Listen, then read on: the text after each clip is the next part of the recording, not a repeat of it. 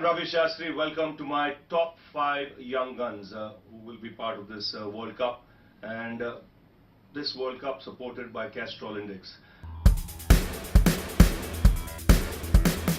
Now, my first young gun is Virat Kohli.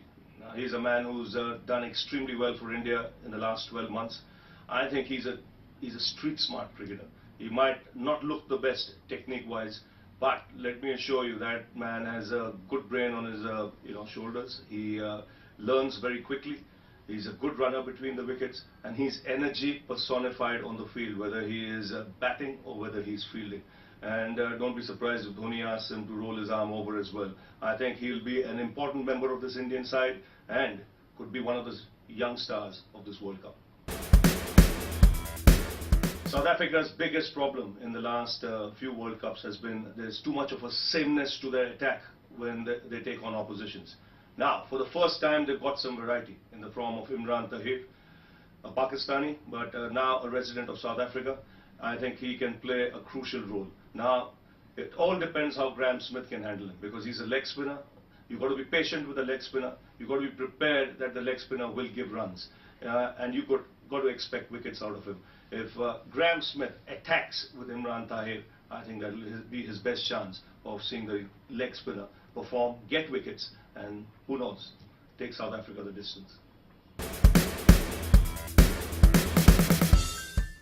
Now here's a man with tremendous talent. All he's got to do is just be a little selective in his shot making and be a little patient early on. You know, he has this ability to press that self-destructive button more often than not. But let's not doubt his potential. Umar Akmal is one of the bright young stars of world cricket at the moment. And like I mentioned, you only have to be a fool to write off Pakistan.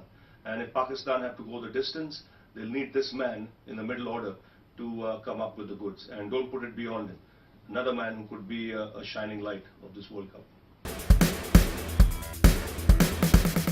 He's no Shane Warne, but in an Australian side, you always have variety.